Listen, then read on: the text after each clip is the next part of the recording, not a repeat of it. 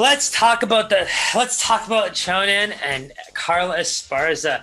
I think Xiaonan is someone that reminds me a lot of Zhang Weili, right? She seems to be a lot more technical on her striking, and obviously it's easy to say now with the way Rose kind of, sent shockwaves through the world of MMA. But I think that in this case, you're seeing someone who's able to deal with a lot of damage and recover really well. If you look at the fights that where she's not even won the first round, Angela Hill and Claudia Gadelha are two fighters that you can actually tell that their first rounds are very, very successful and they're able to utilize their game plans, but they're two fighters that actually fade quite a bit.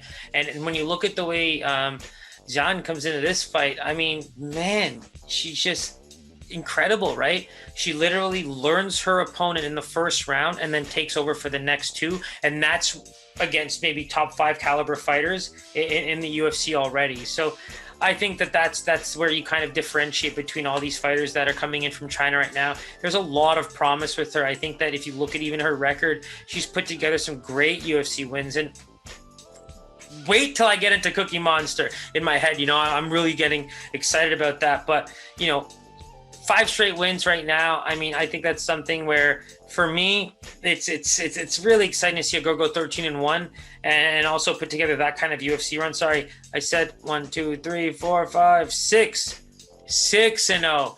So that's a beautiful thing right now. I think that the Karolina Kowalkiewicz is the biggest fight for me. I think that 30-26 across the board really dictates where she's at in her career. Karolina is also not doing so well after some of the losses she's taken. It looks like it's back to the drawing a little bit for her, and we've heard that she's actually now switching up her training camps, things like that. So best of luck to her. I hope to see her back soon. Now, going into those Claudia Gadelha and Angela Hill fights, I mean, the Gadelha fight, right after those first 2 takedowns in the first round, never got taken down again. Claudia Gadelha kind of got tired a little bit, and then she just started getting pieced up on the feet. I think that Yan was able to really figure out where Claudia Gadelha was going to be and was able to land strikes with ease. It was 100% with ease. Didn't take much damage after that. With the Angela Hill fight, similar procedures there. I just think that this is a fighter that will be fighting for a title at some point in her career. Depending on this fight, too, it could be very, very soon, right? Carla Esparza is working her way back up the UFC ladder. And she's probably one of my favorite fighters on the planet. She's also from an era where the strawweight division wasn't really so successful. And she's also the fighter that kicked off the Joanna Jędrzejczyk era. That's where the UFC flyweight female divisions really took off. And with her, it was like inaugural champion who beat Rose Namajunas that first time around. It's kind of incredible to think that where she had to go in life and not making that kind of right money without much exposure and all that kind of stuff. It's such it's a slightly sad story, but at the same time, like, she's such a story of perseverance, and I can't help but fall in love with that. She's such a good fighter from a let me take damage and push forward, and I fall in love with fighters like that, obviously. But I think her striking has always been getting better. She's great footwork, wrestling, probably one of the best in the division. She's also quite small, right? So I think that this is a fight where, with a powerful fighter like Yan, you have to get in close. I think that getting past those strikes, especially in those later rounds when clearly I think Xiaonan has zero indication of tiring out, that's where Carla is going to have to really push pace. She's going to have to be technical about it, get her up against the fence as much as possible. The beautiful thing about this fight is that we know that Carla can take damage, man. At the end of the day, some of the best strikers in the world are really going to have to put it on her to be able to take her out, and that's what they've done.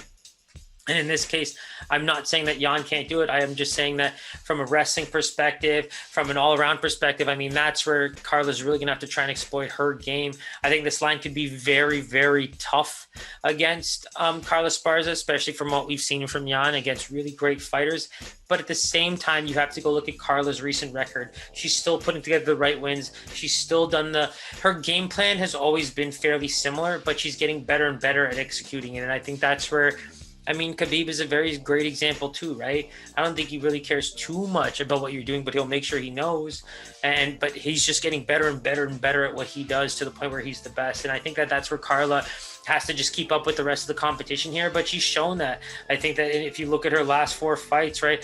Jandy, Roba, Grasso, Watterson, Rodriguez, the 2 splits with Watterson and Rodriguez were fairly close, but at the same time, man, that wrestling game, it is something to marvel. She is so exciting to watch. If you are a true MMA fan, Carla Esparza is an exciting fighter to watch. Talk about hot takes. That's a motherfucking hot take for you.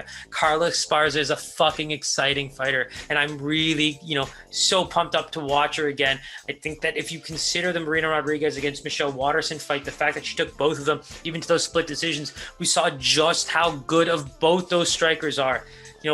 Karate Hottie with those kicks, Marina Rodriguez with that boxing. Carla Esparza still beat both of them on paper. So without question, whether you have disagreements with that, you cannot hate on Cookie Monster for what she's put together. The perseverance is phenomenal. You have to love this woman. She personifies what MMA has stood for all these years. And right now, this second come up, I'm not putting it on Charles Oliveira level, but I mean, I still think that this is one of the women to watch, and without question, always makes her fights exciting. And I'm so happy that she's getting, co-main event on this card before a fight that everybody's going to be excited for, right? So before we jump into Fonten Garbrandt, let's take a look at the lines for Esparza and Yan. Obviously, I believe that Yan is going to be coming at a minus 200 or higher. There's just no reason for me not to think that that's the case. We're going to go look. Man. Okay. My girl. Look at that. Yan coming in at minus 185. I'm kind of angry I missed this line. If I could have caught Carla at a plus 160, I would have been a little bit happier. For me personally, I don't think I'd ever touch this at a plus 100 to a minus 130. If anything, I think that line of Yan is kind of crazy to me in terms of just, body of work, things like that. This is the types of fighters that, Carla does kind of struggle with. The accuracy is there. The ability to avoid the takedown should be there, especially in the later rounds. Godella, same thing, right? 2 takedowns early and then slowly fell apart in the later parts of the round when it came to that type of fight. But Carla Esparza, gas tank for days, heart bigger than probably anybody's, despite that size. And I think Cookie Monster is ready to eat again. And so the lines are obviously, let's say the line movement is obviously dictating that. Looks like Carla's, pretty much fluctuating between a plus 100 and a plus 110. I can't believe that. I'm pretty happy for her. And then Jan's, moving down from a minus 25 all the way to a minus 125 to a minus 130. I'm pretty pumped about that fight, man. I think Carla's going to bring it. I think Jan is going to bring it. And if Carla can stay, aggressive and keep her guessing for 3 rounds, I think she could eke out another close decision, and bing bang boom, baby, it's title shot for that girl. Cookie Monster time. Let's get it.